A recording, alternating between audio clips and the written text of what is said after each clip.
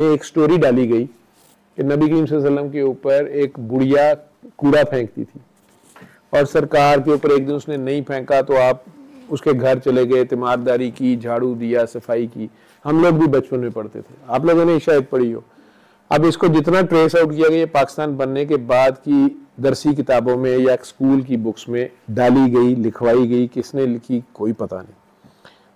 لکھنے والوں نے شوق سے، باقیوں نے ہم جیسے انہیں واہ واہ سبحان اللہ کہ بڑی اچھی علماء جو میرے جیسے پڑھے انہوں نے پڑھ کے انہوں نے بغیر تصدیق سارے اب کری جا رہے ہیں کہ سرکار کی شان ہی بڑھ رہی.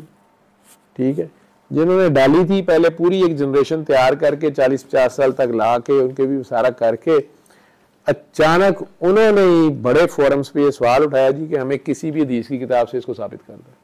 یہ مسلمان اہمی اپنی طرف سے بڑھائی جا رہے ہیں.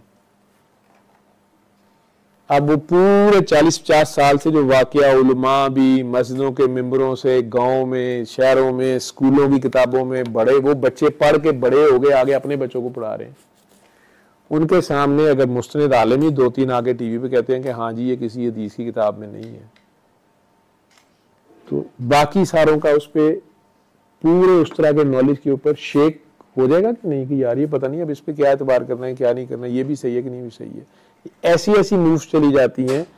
اس لیے مین چیز come back to the basic point that is Quran. Message یہ ہے. باقی سرکار دو عالم کی شان نہ کوئی بڑھا سکتا ہے، ہم میں سے کوئی نہ گھٹا سکتا ہے. کوششیں کرتے رہیں. ان کا اور اللہ کا معاملہ ہے.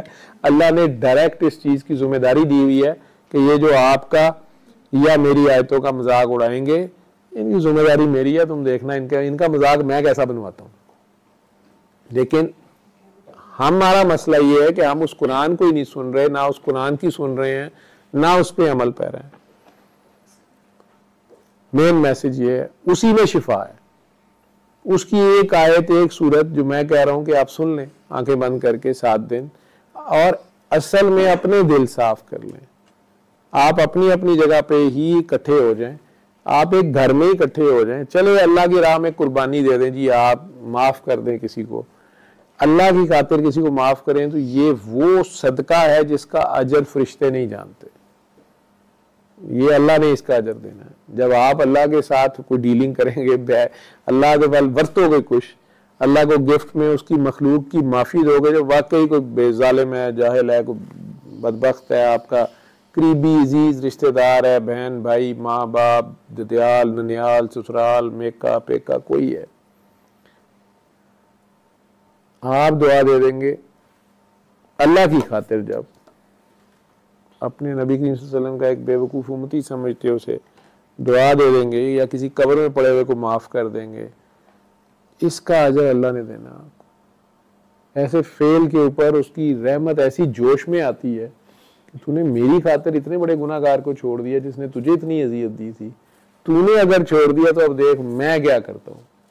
تو جب میں نے تجھے بھی معاف کیا یا تیری پچھلی نسلوں سے بھی جو ہوئے ہیں میں نے وہ بھی معاف کیے، اور جس چیز کا خمیازہ تم من حیث القوم بھگت رہے ہو میں تمہیں اس میں سے اب دیکھو کیسے نکالتا ہوں. تم نے مجھے پکارا ہے، ٹھیک ہے. وہ ڈیفینیٹلی وہ کہتا ہے میں اتنا ہی رہتا ہوں جتنا مجھے سمجھتے ہیں، میرے سے جو امید رکھتے ہیں. اس لیے کہتا ہوں کہ یہ اپنی عقل کی جان چھوڑ کے جب اللہ کے آگے جاؤ تو یہ اپنی عقل شکل چھوڑ کے بس اس کے آگے پیش ہو جاؤ، اس کے آگے زیرو ہو جاؤ. پھر اس کا کام ہے اس زیرو کے ساتھ وہ 1 کدھر لگاتا ہے. جی بیٹا صلی اللہ صلی اللہ صلی اللہ صلی اللہ صلی اللہ شفیعنا صلی اللہ